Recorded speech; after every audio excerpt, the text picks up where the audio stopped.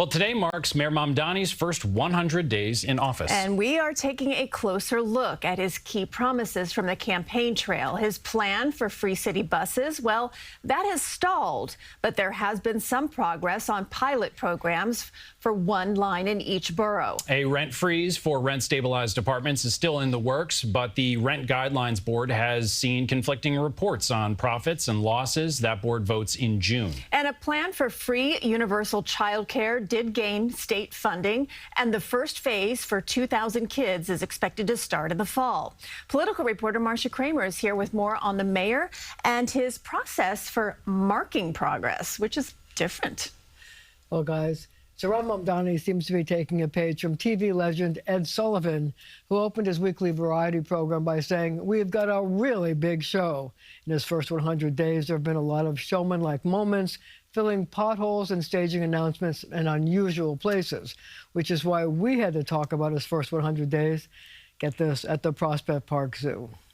Zohran Mamdani stood in front of the Prospect Park Zoo's red panda enclosure. After all, why wouldn't you if your press conference du jour was a junk fee settlement with the Hungry Panda delivery app and your staff had gone to great lengths to make sure the normally nocturnal red pandas were there for you to marvel at?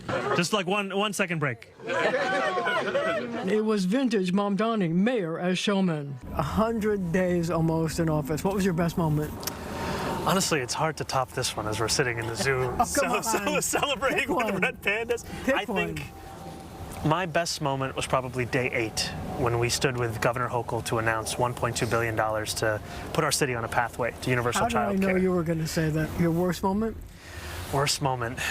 Worst moment was when I read an article recently that said we might have more snow. For a mayor who got into trouble with his police department for dismissing a blizzard event in Washington Square Park as just a snowball fight when 2 cops were injured, another snowfall was certainly nothing to look forward to, especially since several died of hypothermia and Staten Islanders were livid about a botched cleanup. You were able to recall day 6, day 8. You probably could tell me day 22.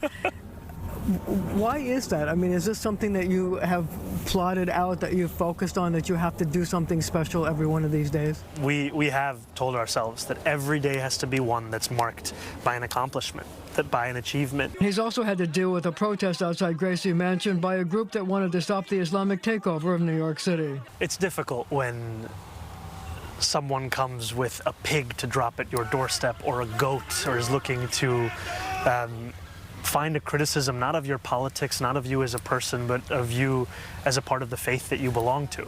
And then there are the budget battles, his threat to raise property taxes if he doesn't get approval from Albany to tax the rich. It's angered Council Speaker Julie Menon. We have said a hard no to raising property taxes 9.5%. Political experts give him mixed grades. I'd give him an F at this point. The overall? Yes. Yes, because what he's doing is what he planned to do: tax New Yorkers, spend the money, and therefore, so he gets a blip on the screen of things he's done right. I'll give him a B- with room to improve, only because he has made some promises on child care, made some promises on the Rent Guidelines Board, and and I don't agree with him on 99% of things, but you got to give him grace and the opportunity to grow.